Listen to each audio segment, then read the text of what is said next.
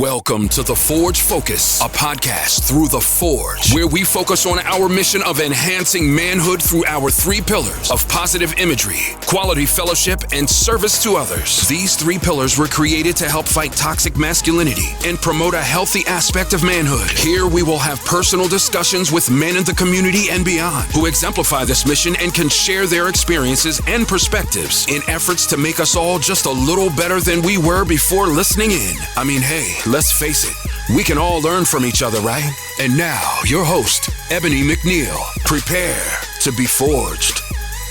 Hey, what's up, y'all? This is Ebony coming to you from The Forge.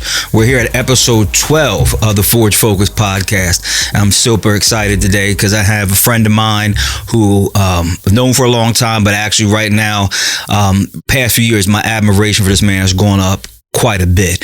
He's done a few things that a lot of people take for granted at first, and then when they realize the scope and the impact of what he's done, it's really mind-blowing. So this gentleman has started an AAU, a very, very successful AAU organization, youth basketball organization here in the city of Reading, and he's also started a counseling and trauma center here in the city of Reading.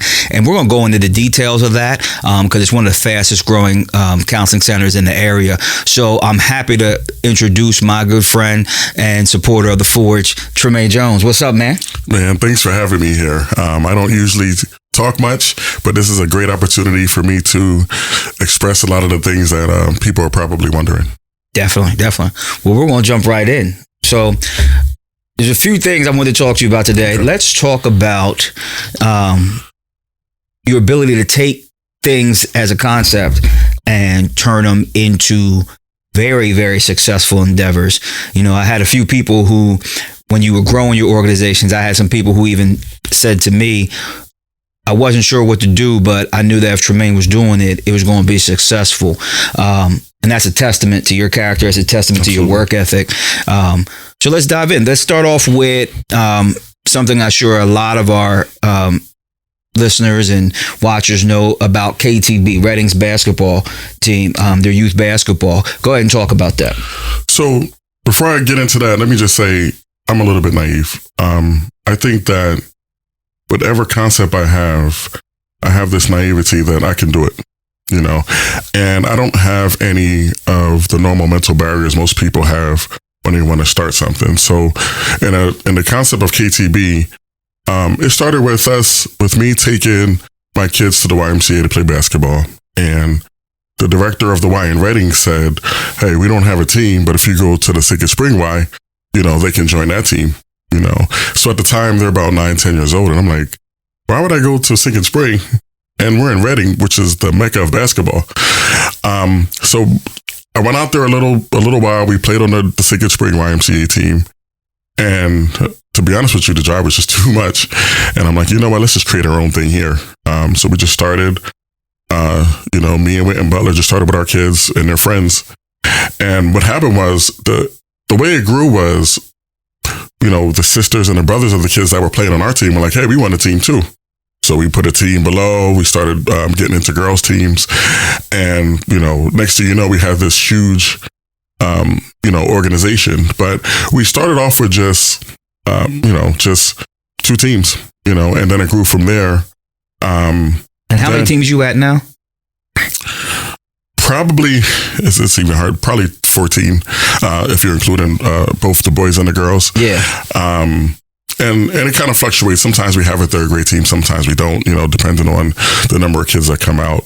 But then what happened was it kind of grew legs and grew on its own, you know. So we started adding some amazing volunteers, and with that volunteer help, we was then able to expand the program, and to the point where it actually had an impact on, you know, Reading High's program when we started the youth league out of that. Nice. It's crazy. I remember just hearing, oh, they got this team, KTB, and it automatically had like this aura about it because it was the kids from the city that we all knew. We all knew the talent that Reading had. Absolutely. But it was weird that before you, nobody had taken them and put them together and show that these kids can compete with any AAU team, any place. Because you guys have traveled nationally. Absolutely. I mean, and won national championships. Yep. So, like, when you say, I'm going to jump into something you had said, when you said about you have this naivety about believing it. Explain that a little bit more on how you think versus how a lot of other people tend to think. That's a great question, and it kind of ties into how I came up with Betterview as well. But going back to the KTB thing, and the concept of having naivety towards what I want to do is, a lot of times most people have these grand ideas in their head, and what happens is it stays in their head. Or they may write about it, they may think about it in the shower, but when it comes to execution, they don't think they have enough gall to do it. They may not think they have enough finances. As people, we always think of how much we can't do something. And that's something I never grew up with. I always thought I could do anything. So in conceptualizing this, when we're getting these kids together, we're like, well, let's compete nationally. And, we got our ass kicked. The first couple times. I mean, to be honest, right. We got our ass kicked. We was playing we was going out to, LeBron James used to have a tournament in Ohio called the King James Shooting Stars or something like that. That was our first experience of seeing national level kids. And we went out there, we just got our asses kicked. And we're like, okay, now we see what we have to go against. Now we have to prepare ourselves to face this type of competition.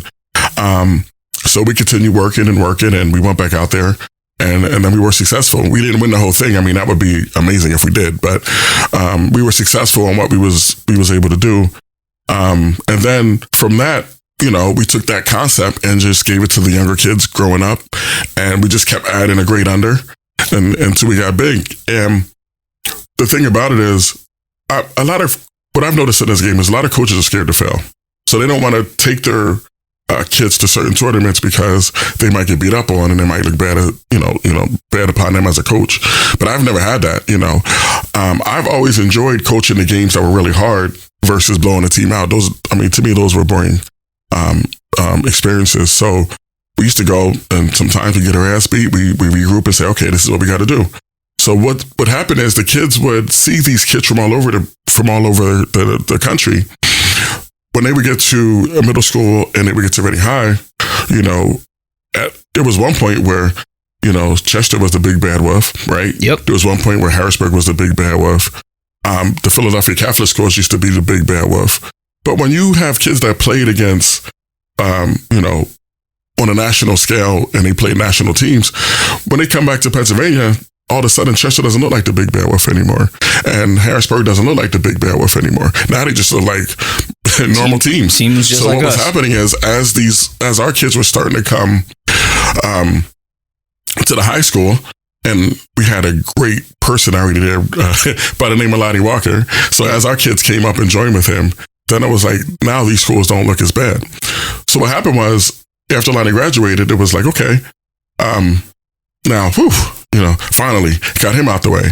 But then we had a whole other group of kids coming up, and we're like, no, we're going to keep this thing going because we're not intimidated from any of these schools. So when you play the Roman Catholics and the Archbishop Carrolls and things of that nature, they're looking at them as normal teams. They're not super teams anymore because our kids already played the best of the best competition since they was 5th, 6th, 7th, 8th grade. So, and then that in conjunction with the youth league we created, obviously, is those two elements really helped elevate, the high school program and KTB as a whole. What's pretty cool is what I take from one of the things I took from what you just said is the importance of exposure, because those kids, had they not been exposed to those national teams, they'd have thought these other teams were huge. Like, oh, we can't beat them. They got this, they got that. And they started to realize, one, there's people like that all over the country. And two, once you see them and you do experience it, your confidence raises. You go, okay, I can play with anybody.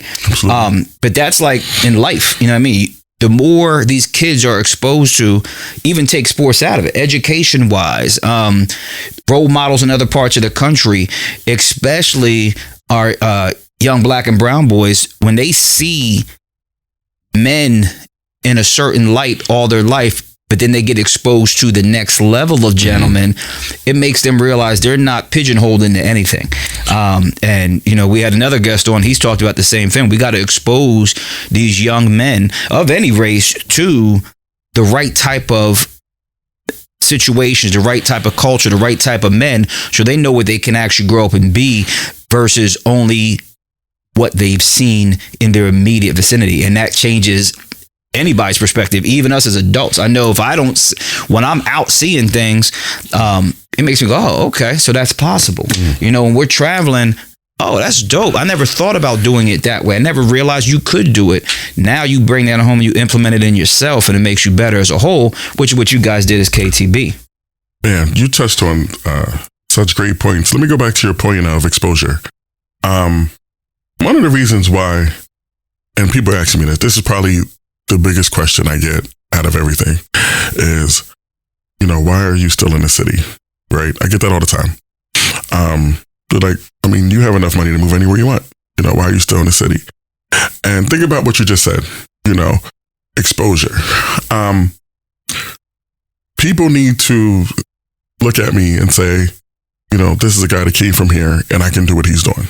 Young, you know, people that I used to work with when I was, you know, doing school-based counselor, I used to ask kids, you know, kids used to ask me, I'm sorry, you know, where you're from. And I'd be like, here. And they'd be like, no, you're not. You know, they couldn't believe it. They didn't think that a person that has my success could be from the same part that they're from. You know, and I'm like, no, I actually came to this school. Yeah. And the kids were like, no, you didn't come to this school. They'd be like, how could you come to this school? You know, and because, again, that word exposure, you know, when they look around, they're not seeing the success, right? You know, they're seeing what they're seeing inside their box of wherever streets or neighborhoods they're from. Yeah.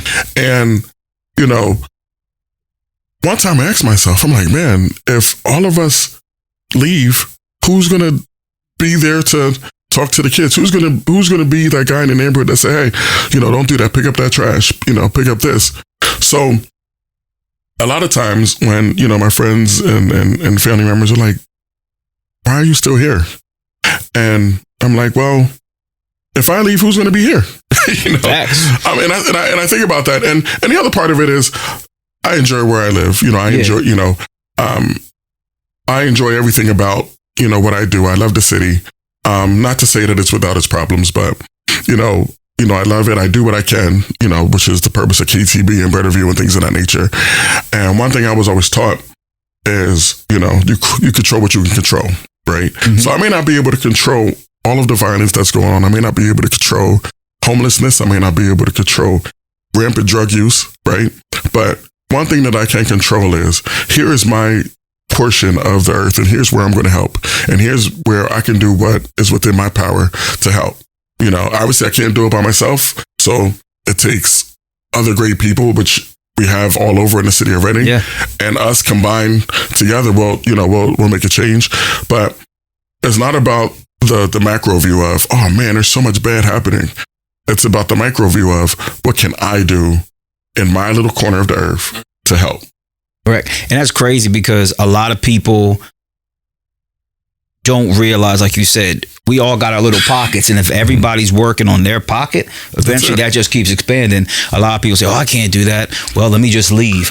Or I can't make this impact, so I might as well do nothing. Where even just leading yourself the correct way, you become something that these kids are paying attention to. You become something that other peers are paying attention to. And like they said, if they see you doing it, it's going to at least intrigue them enough to make them wonder if there's something else they can do. And like you said, plenty of people will just leave. You know what I mean? And even me, I live out in Muhlenberg, but I try as much as I can to be in town. Not because I feel the obligation.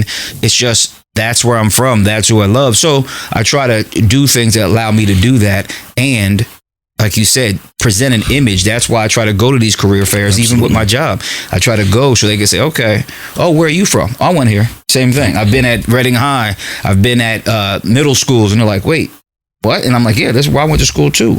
That corner over there, that's where I used to hang out. So these kids do need to see that. And I love that not only did you give them the image, you created a tool for them to have exposure even outside of just you. And you and I were talking about that one time in your office, and we were saying how you created something because you saw the need, like how you said about KTB. They didn't have a team, so let's create a team. Let's create one. Yeah. And that is, to me, as impressive as when you say about your naive thoughts about, okay, I'm just going to go do it. Just do it. Creating that, we talked about it, how sometimes the best things that shape and change our culture come from somebody just seeing a need and deciding to fix the need versus complaining about the need versus working around the need. They say, you know what? There's more of a need for this. And if I know it's affected me, it's affected other people. All right, instead of putting the Band-Aid on, let me fix the whole problem. So go ahead and talk about your thought process on that, because you gave me some pretty cool thoughts. Oh man, it's really simple. Anybody that knows me never heard me complain about anything. You know, I've never complained that I was broke, never complained that I was black, never complained that I wasn't given an opportunity. Complaining strips away your power. It strips you away. And when you complain, if it's this person's fault, I can't control that person, right? So I need to make it my fault, so that way I can control that action and I can change it. I can only change what's within my purview. And when you complain, you're giving that whole responsibility and that whole concept of execution, you're giving it to somebody else. And then you're saying, damn, they're not doing what they're supposed to be doing. But if X or Y is not doing what they're supposed to be doing, you can't control X or Y. So in the situation of, I was upset that we didn't have a team in Reading, right? The city of Berks County, right? Right. Yeah. So I was upset about that. But I'm not going to complain about it, because if I complain about it, then I'm relying on somebody else to make a team. You know what I mean? Yeah. So I'm going to say, man, we don't have a team. Guess what?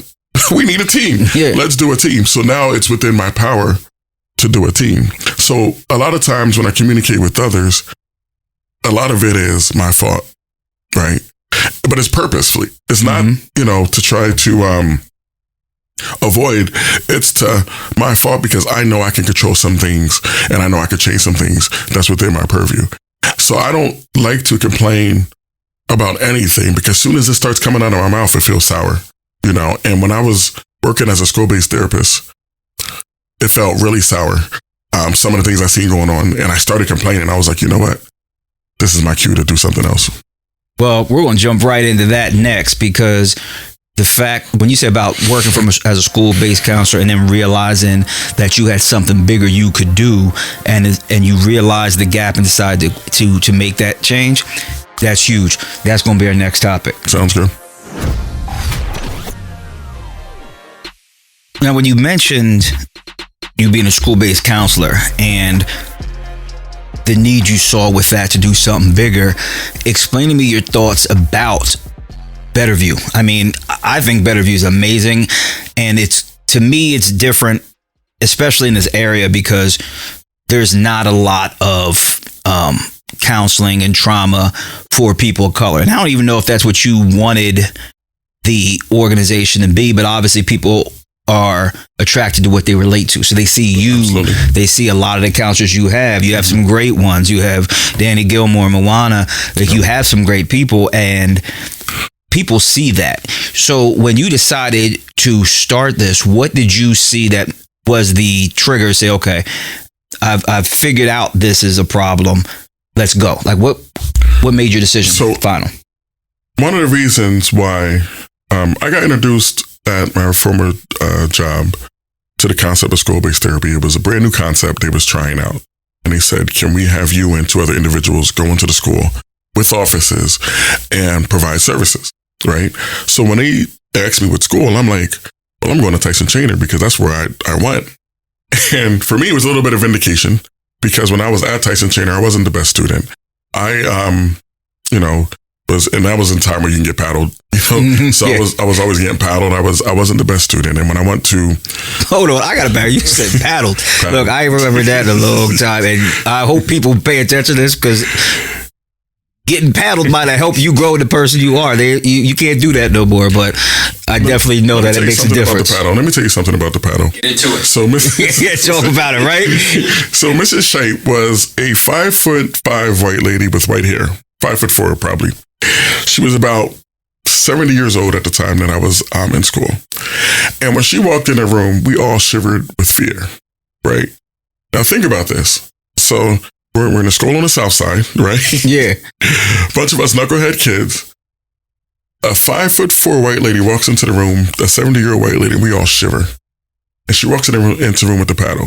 She came in with the tool. With the paddle. So, me, I was, talking back, and what was bad then is not considered bad now. Oh, no. So just talking out of turn was like, horrible. So she would take me to her office, lay me down, and just whack the heck out of me. And after that, when she walked in the room with the paddle, you would freeze. Whatever you were doing, you would freeze. So you was at attention. And when I got to Southwest, I got good grades, but I had bad behavior, so they couldn't understand it. So back then, there wasn't a therapist, but they sent you to a psychologist. So when a psychologist was trying to test me, and he was doing an ink blot test, when you look at pictures, mm-hmm. I was so fascinated with the concept, I kept asking him about the test. So instead of doing the test, I was asking him about the test. I'm like, why did you give me this picture? Why did you ask me this question? Why did you do this? So, and that was when I was in 6th grade. So then I realized, oh, wait a minute. I have a passion for this. Even though I'm the one getting evaluated, I was acting a fool. But I was more intrigued by the testing process. I'm like, well, how does this test determine, And the psychologist, the poor guy, I was getting on his nerves. It took him like 3 hours to complete a 45-minute test because all I did was ask questions. Yeah. So fast forward to the school-based thing. When I was in Tyson Chainer, one of the reasons why I really wanted to get into trauma is because while we was looking at behaviors, right? Behaviors are outcomes. Right. We didn't really understand the complex trauma that these kids were going through every day. And the example that I always come up with that changed my whole philosophy was a certain 2nd grade student. He was crawling under desks. He was running around. He was running out into the street. We had to run, chase him. He was swinging. He was hitting others. And we couldn't control him. And we was baffled. We had 1,000 meetings, we was baffled. One day he was in my office and we had a conversation. And through that conversation, I found out that he was at home in the dark. He didn't have any electric. And this was in the winter when it gets dark at 4:30, 5 o'clock. And every day he's in the cold and he's in the dark, because they lived in an apartment where everything was electric. They didn't have electric. So they were freezing and it was dark every single day. Oh, wow. And while this was going on, us at school were trying to figure out, we're focused on his behaviors, right? And I was like, wait a minute. The kid don't have any electric. Who cares about his behaviors?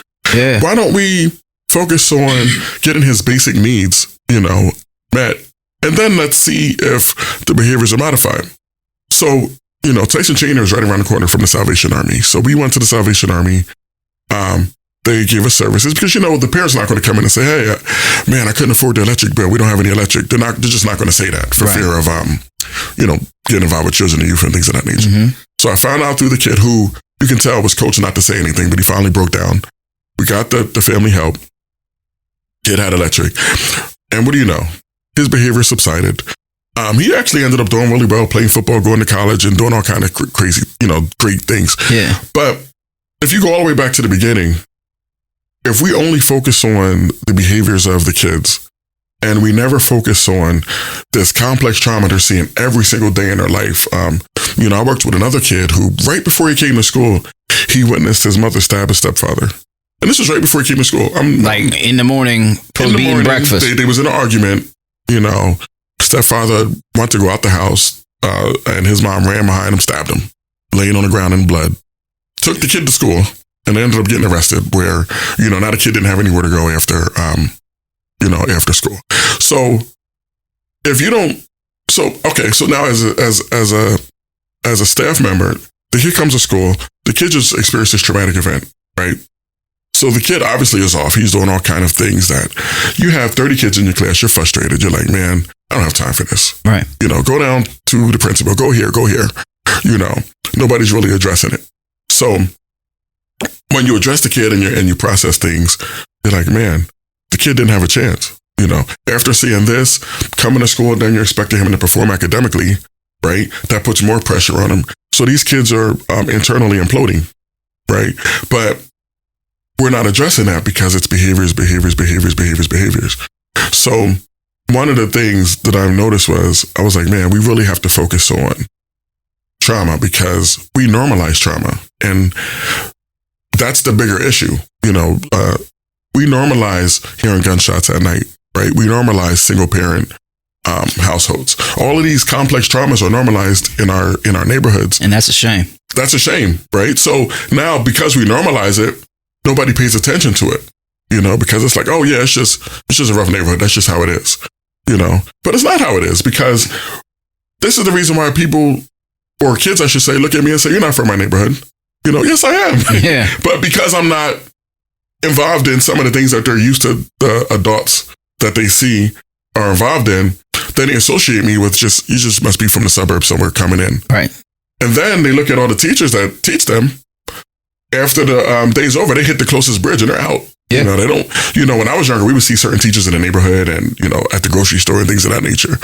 But the kids now, they see the teachers and in the daytime, and them, you know, 3:30. When that bell rings, they're gone. They're gone. Yeah. You know, they don't come to any community sporting events for them or do any of those things. They're out. You know, to them, it's a job. So when you mix all of these factors in, you have a generation of kids that, you know, feel left out. They feel unattended. And one of the reasons why I was able to get along so well with my students when I was working at Tyson Trainer is because I was a person they could look to and they could relate. And I was a person that they would see at their sporting events, right? Because I would say, hey, come try out for KTB or come try out for this. They would see me at the grocery store. They would see me at, you know, different places. Right. You know, so I was in the community. They would see me. I'm a person that they would trust. So it's either Mr. Jones or Coach. You know, that's all I hear anywhere I go. Hey, Mr. Jones, Coach, because they see me everywhere they go. You know, so they know I have a vested interest in them being better because me and them are from the same neighborhood. Right. So you being a better man benefits me too. Yeah. You know? And when I'm an old man, I want you to help me cross the street. You know? You know? So when you decided, okay, I'm going to do, so was Tyson Shaner the first place you were with Betterview, or were you in Tyson Shaner before you even started Betterview? So Tyson Shaner is where I got the concept for Betterview. Okay. And the reason why I say that is because I started to complain about the nature of how we provided services. And I hated complaining. And I'm like, why am I complaining? Let's just do something about it. And when I say the nature that I provided services, to be more specific, it started to become about numbers. How many people are you seeing? You know, why is the numbers on your caseload low? Why don't you have this amount of, I'm like, wait a minute. First of all, it's the summer, so it's going to be less. But second of all, it's about the quality of service. It's not about, these kids aren't factories. You know, they're not widgets, you know. True. So once you start telling me to treat these kids like widgets, there's a problem. And the moment I started complaining, I'm like, why am I complaining? Let me just do my own thing. You know, it was the same concept with KTB, right? Yeah, you saw a problem, you fixed it. Yeah. All right, you know what? That's fine. And what I did was the exact day after I had a meeting with my supervisor and you know, talked about numbers and, you know, as if we're working in a factory. Mm-hmm. You know, I didn't say anything. I said, okay, I'll come in tomorrow. I came in tomorrow. I came in the next day, handed in my resignation. I only had at the time, you know, 10 clients, right? So I was like, I don't know if I should have did that, you know. But then I was talking, you know, to my wife, and she was basically like, man, you know, it's Tremayne, you know, you're going to do it. Yeah. You know, and I was like, okay, I needed that little boost. I'm like, okay, well screw it. I'm Tremayne, I'm going to do it. You know? So then I set out the map of how I wanted to do things. And, you know, I called Moana. I'm like, Moana, you know, can we go to lunch? She's like, yeah, man, whatever you want. You know, we go to lunch. I present to her what my vision is for Betterview. And she's basically like, man, if you're in, I'm in. You know, I know it's going to be successful. And with that confidence, I'm like, okay, let's do this. And then we exploded. So, you know, January of 2022, I got my first client. Right after, ironically, I think it was it might have been the riots around that, the January 6th stuff. I remember getting a client like after that. And then next thing you know, now we're at 750, I believe, the last time. 750. Yeah, I think we're at 750. Now it might be more, but the last time I checked, I remember us being around 750.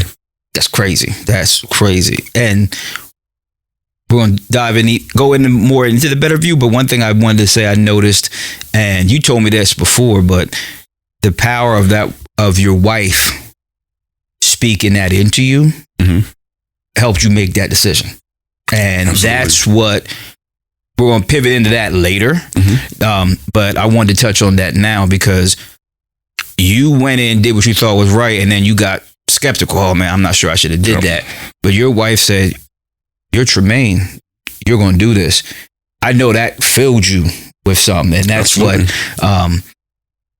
To all the women out there, listen to what he said. That's major to make sure that your wife supports you, because anytime there's a new endeavor, it's going to affect her too. And for her seeing how powerful you were, I'm sure that was major. I'm gonna get off of that topic, but when you started Better View, did you have in mind there's going to be so many children? Because you and I were talking, and you had mentioned, what's the percentage of youth that you have, and how high that is past the national average? Yeah, so we have, in terms of percentage of youth for Better View, our split is about 65-35. And that is because we also have agreements with 5 different school districts to provide services. So we have an agreement with Reading High School. We have 2 therapists at Reading High. We have an agreement with the Muhlenberg School District. We have 2 therapists there, 2 therapists in Governor Mifflin School District, 2 therapists in the Conrad Weiser School District, and also Pine Forge Academy, which I never even heard of before they reached out to us. But it's an academy in Montgomery County. I think it's primarily Seventh-day Adventist. They are a boarding school that, mental health is rampant, and they be like, "We need help. Can you help us?" So, we sent a few therapists there. So, with the help of, well, I don't want to say the help, but with the solicitation of the different schools asking us for help, that contributes to us serving such a high percentage of youth. That's awesome, though, because shoot, I remember, like you said, back in the day, they might have had a psychologist, a guidance counselor, but they didn't have therapists, especially ones you could identify with and feel comfortable talking to. Yeah. And right now, mental health has grown and become something that's more in the forefront for every age, every race, every gender. They all have certain things that we need, and I think we kept them in, especially men. We never thought we needed that, but a lot of that's because we were conditioned based off those circumstances that you mentioned before that we normalized. So my question to you is, with so many youth that you're seeing, do you see a lot of comparison between the trauma that the youth are going through and the trauma that the adults are going through? Are they hand in hand? Are they completely different? Hand in hand, because what happens is, think about this. As a youth, you have different complex traumas, and essentially you have 2 categories of trauma. You have acute trauma, which is when an event happens, a traumatic event happens, like physically it could be a car accident, or it could be emotionally, domestic violence. It could be something as severe as rape. That's acute trauma. Then you have complex trauma. Complex trauma is little traumas that you go through every single day. So you have a low socioeconomic status, so you're not being fed well. You have a single parent home where the mom doesn't have enough time to supervise the kids because the mom has to make a living, or the dad, wherever the single parent is. Right. You may have, you may live in a situation where there's repeated domestic violence all the time. You may be in a situation where the parent is always screaming at the top of her lungs to the kids. See, these are complex traumas that kids just live with. You may live in a neighborhood that's extremely violent. It's normal for you to lock all your doors and have 6 locks, on each of the apartment. Those are minor complex traumas that affect you. So what happens is, as you grow up in that and those things aren't processed, then as you get older, now you're taking these traumas and now you're raising a kid, right? So now you have what you call generational trauma. So now in this generational trauma construct, you can't teach your kids certain things to deal with trauma because you've never processed traumas on your own. So then when that kid grows up, he then has a kid, son or daughter, and it repeats itself.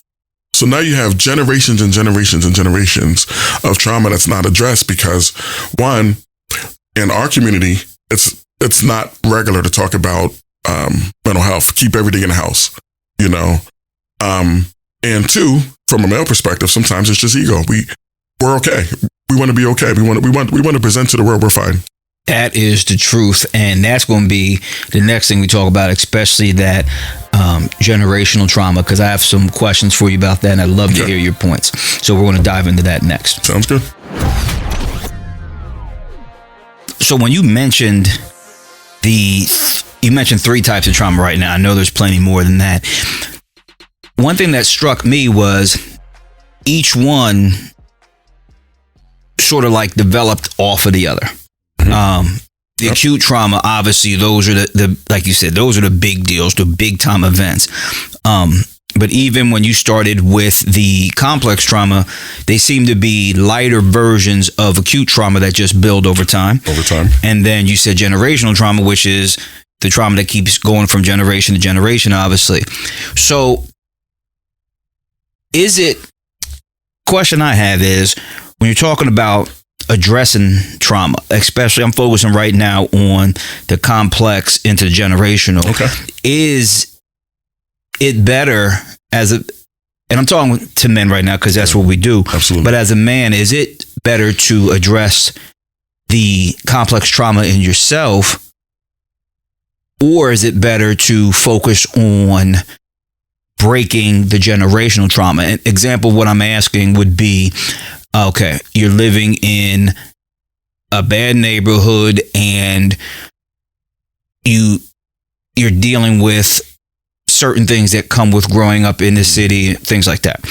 Then instead of actually addressing the trauma and how you feel about that situation, you develop a work ethic to make money, to make changes, and you move out of the city. Because now in your mind, you're thinking, well, my kids will never have to go through that. But you never really focused on what that did to you. So do you find that can be a problem too? Just Absolutely. Fixing the problem versus addressing the problem in Absolutely. you first. So it's a two-pronged approach. So first, to answer the first question, the complex trauma, we definitely have to address first, because that is what directly leads into the generational trauma. So even when you move, right? Even when you move to another area, with the complex trauma, there's certain things that you need to address. For example, impulsivity, right? So when you're in a certain neighborhood, right, and you're walking down the street, you get tense when you don't know somebody, right? Yep. That's just natural. Facts. If you're in the suburbs and you're walking down the street, you say hi. How are you this morning? Things are fine, But when you're in a certain neighborhood, you don't say hi because of the complex trauma of, well, what if this person wants to rob me? Just that thought process. And sometimes when you move, the thought process doesn't necessarily move with you. That's why they have that saying about taking a person out of the hood and, Right. So another thing with complex trauma is, anger management, right? So because you're always on the edge, when little things happen, you snap. So you see domestic violence, you see people shoot people over essentially nothing, right? Because it's a burst of anger. So, and they have a gun on them. So, it's one impulse moment that leads to, other impulse 25 moments. years in jail or something. Yeah, facts. So if you don't address those things, moving out into the neighborhood, you're still moving out into a different neighborhood and not dealing with maybe the socioeconomic stuff. You're still going to have to deal with the internal emotional things that you never processed, because you're still going to have a quick trigger, right? When it comes to anger, Yep. There's still going to be certain things that you do or certain things that you transfer down to your kids and give it to them. So it's very important, to go back to your initial point, to really address the complex traumas in your life. But here's the deal. We say that, but here's the hard part. We don't recognize complex trauma. So how do you ask somebody to get help for complex trauma when it's not recognizable? Because again, we normalize it, right? So what we're doing is we're like, well, why would I need to see it? This is what we all say, right? Why would I need to see a therapist? Nothing's wrong. Sure, my dad used to beat the hell out of me, but that's just how he was. Yeah, he came home drunk, but that was him. That's what he did. That's what my uncle did too, right? We grew up and I didn't have money to eat sometimes, or we had to make, mayonnaise sandwiches, but we were poor. It is what it is. So we start to normalize it, and we never look at what are the outcomes of some of that. What are the outcomes of having scarce food? What are the outcomes of being beat all of the time? How does that make you feel? What are the mood changes that you experience? We never process that because we never consider it trauma. So how do we know, like you said, how do we know how to fix it? So, you hear a lot of people now, especially in social media, I go to a therapist and all, and I think it's a great thing. But what makes you realize you need to go if, like you said, complex trauma seems to be one of those things that's small and builds, and because it's, I don't want to say small, but because it's not as noticeable, because it's not a big event, you just, as a man especially, like you said, it just becomes, it is what it is. I know there's times where as a man, you may feel a certain kind of way, and we're taught not to vocalize, we're taught not to stress out. So it just becomes, it is what it is. And those things build. So how do we get people to understand that need? And how, in your line of work, what do you see as some of the biggest, the most consistent complex traumas that people go through? So a lot of, in my particular line of work, especially, and this is both in a school-based therapy and also doing what I'm doing now. So a lot of what I see is the complex traumas that parents carry on to their kids. So what that means is, I'm frustrated. I don't have a lot of money. I'm working my butt off. This kid is acting up. I'm going to beat the crap out of this kid. Right? But it's not the kid. The kid is being a kid. What it is because there's a bunch of factors on me. I have a deadbeat dad that's not helping to support. Right? I have a boyfriend that's here and there who's kicking my butt. I have a job that, is getting on my nerves, and I'm stressing there. I have a mom who may have a drug addiction that I'm trying to help through. So there's all of these things happening, right? Mm-hmm. And now I have 2 or 3 kids. Kids are running around. I'm frustrated. All of this stuff is going on.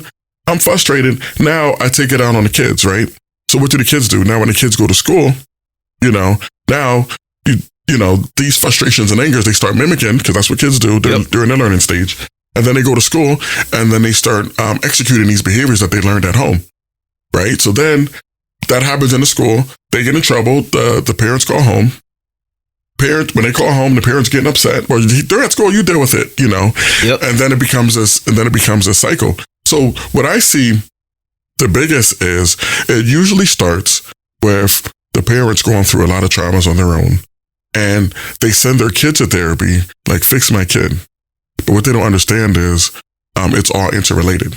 We can't fix your kid because you're the biggest part of your kid, So therefore, we need to have you address things that you haven't addressed. Because you just said that not too long ago. You're like, well, how do people know to address the complex traumas on their own?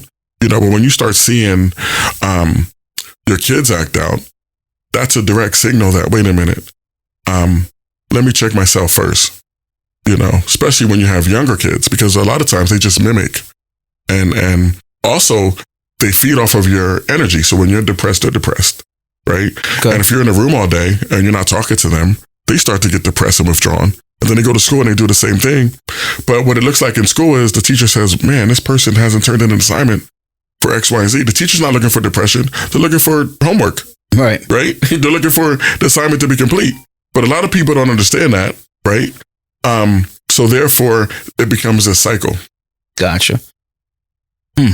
So it sounds sort of, that concept actually ties right in with what the Forge talks about. How you said a lot of us try to fix, people have always asked me, don't you do more for kids? Don't you do more for the youth? And I'm like, what we do as the Forge, which is focused on men, directly affects those youth. Because, like you said, if the kids have plenty of programs, but if they're going to these programs and they're getting fed the right information, but then they go home to a dad or an uncle or a big brother who's not getting themselves fixed, guess what? All that stuff they're getting out there ain't going to work. So from a men's point of view, let's dive in a little bit to the men's aspect of it. With your counseling, what are you seeing as I'm trying to think of the best way to put this. When people come see you, okay, they've made a decision. They felt that it was necessary or they were pushed that way. But what seems to be the step that made them realize, and this is for men, that they need to see you? Like, what is happening in their life or in their mentality that says, okay, I need a counselor, so they come to you to get help? What have you noticed is the biggest thing? Two things. One, if an acute traumatic event happened. Okay. So a death in the family, something severe, some acute traumatic event. So that's one. The second thing is when they feel like they've lost control. And one of the worst things, feeling-wise, and this is related to anxiety, is when you feel like you're not in control of your life and when you feel like you're not in control of your actions. It's a very scary feeling. If anybody ever had anxiety and they felt what it feels like to not have control over, and at that time it seems like your life, but it could be over little things, it's a very scary feeling. So once they feel that feeling, they're like, man, this is when I need help, because as men, naturally we like to be in control, starting with ourselves, right? Right. And when you have that breakdown or when you have that moment, or it could be a panic attack, it could be severe anxiety, and you're like, man, I don't feel like myself, right? I don't know who this is. That's scary. So at that moment, they're emailing, they're texting, they're calling, they're like, man, I don't know what's going on. I just know I need help. So usually for men, it takes those two events, right? Theoretically, it shouldn't, because those are some kind of extreme situations. Mm-hmm. So theoretically, childhood processing and things of that nature should be discussed anyway, because, us as Black men, particularly those, that grew up in an urban environment, we all have complex traumas in our life. All of us, in different ways or another, yes. Different severities. We all do. So at some point, we all need therapy. I went, when my mom passed away, I felt like I wasn't in control of my life, and I went and I, sought out a therapist, which actually made me a better therapist, being able to come through some of my own things. And then I'm like, man, I feel good. Now I'm ready to help others, so I think we should all do that. Do you think that's something that us as men can fix on our own without real therapy? Because that's, everybody, because therapy has come up to the forefront, which again is a great thing. There's a lot of people who try to do like self-therapy, read 1,000 books. I'm a big believer in say 1,000 prayers. But a lot of pastors I listen to now are saying, look, I believe in prayer and therapy, like the two P's, they got to go together. Is it something that us men can fix on our own? Because we will try if we can. Absolutely not. There's no way in the world you can be inside of a box hearing your own echoes and feel like you're going to hear an outside voice. That's just not going to happen. Say that again, That's please. just not going to happen. Look, and think about it. Your brain is the box that I'm talking about, right? So We're inside of a box. We're shouting, and what we're shouting is bouncing off our own brain walls.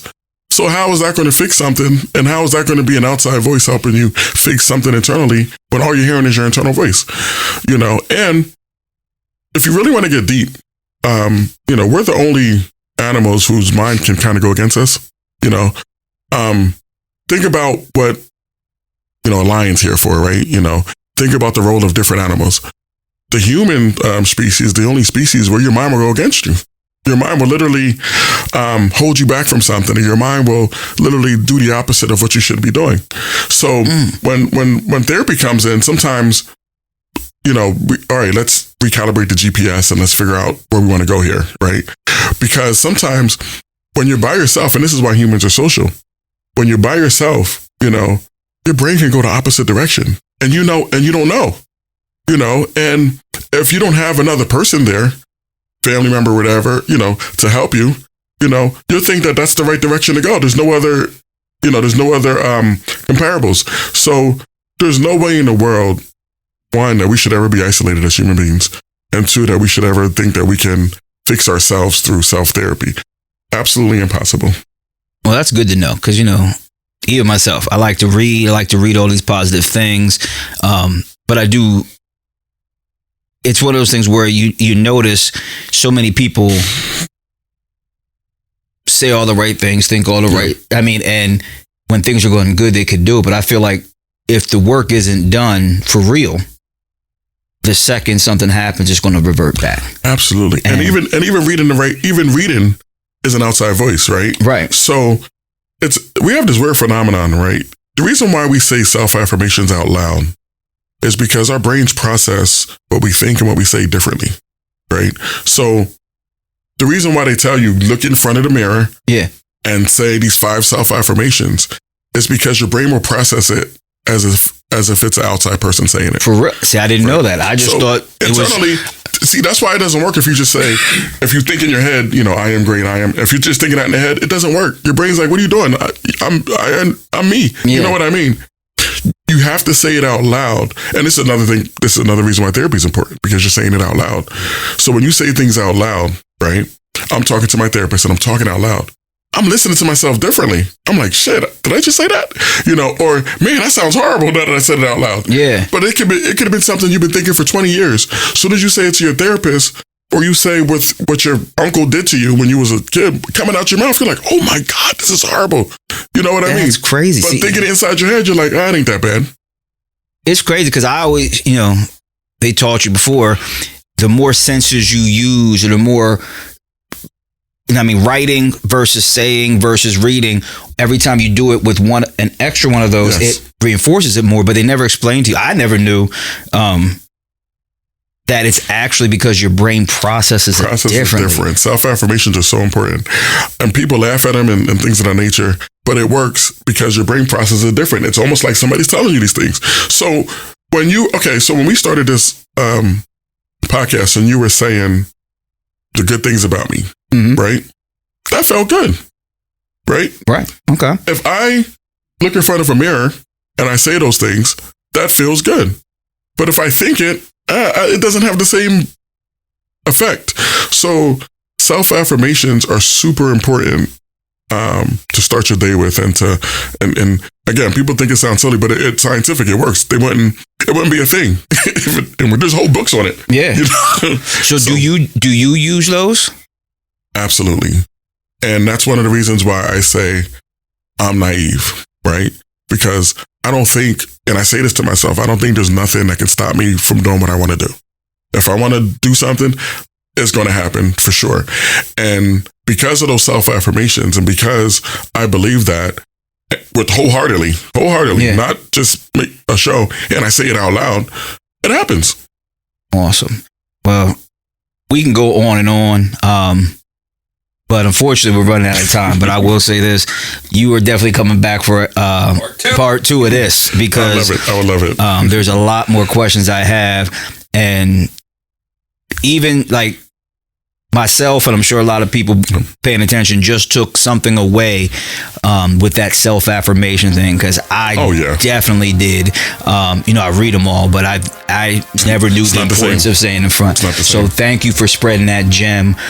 You hit a lot of points today, but that one really is going to change how I conduct myself literally right from here. So I want to say thank you again for coming on. Thank you for everything you're doing with KTB and the role models for these young men, and with Better View, and realizing that there was a gap that needed to be filled. So appreciate you coming on, man. Appreciate it. Again, we're going to do a part 2. Absolutely. Always. I'll talk to you soon. Thank you guys, man. I appreciate that. Hey everybody, hope you enjoyed this last episode. If you have, please check back and check our previous episodes. Also, make sure you watch it, make sure you like it, and most importantly, make sure you subscribe to our YouTube channel. Here at The Forge Focus, we just want to make sure that we're sending out positive vibes and great information from men in the community who can affect it and affect society as a whole. So again, please stay tuned. We got some more great things coming up for you. Prepare to be forged. We hope you enjoyed this episode and, more importantly, learned something that can affect your perspective on yourself and manhood as a whole. If you have found the value that we expect that you did, we encourage you to hit the like and subscribe button and share this video. Spread the word and tell anyone in your life who can benefit. We'll see you on the next episode. Prepare to be forged.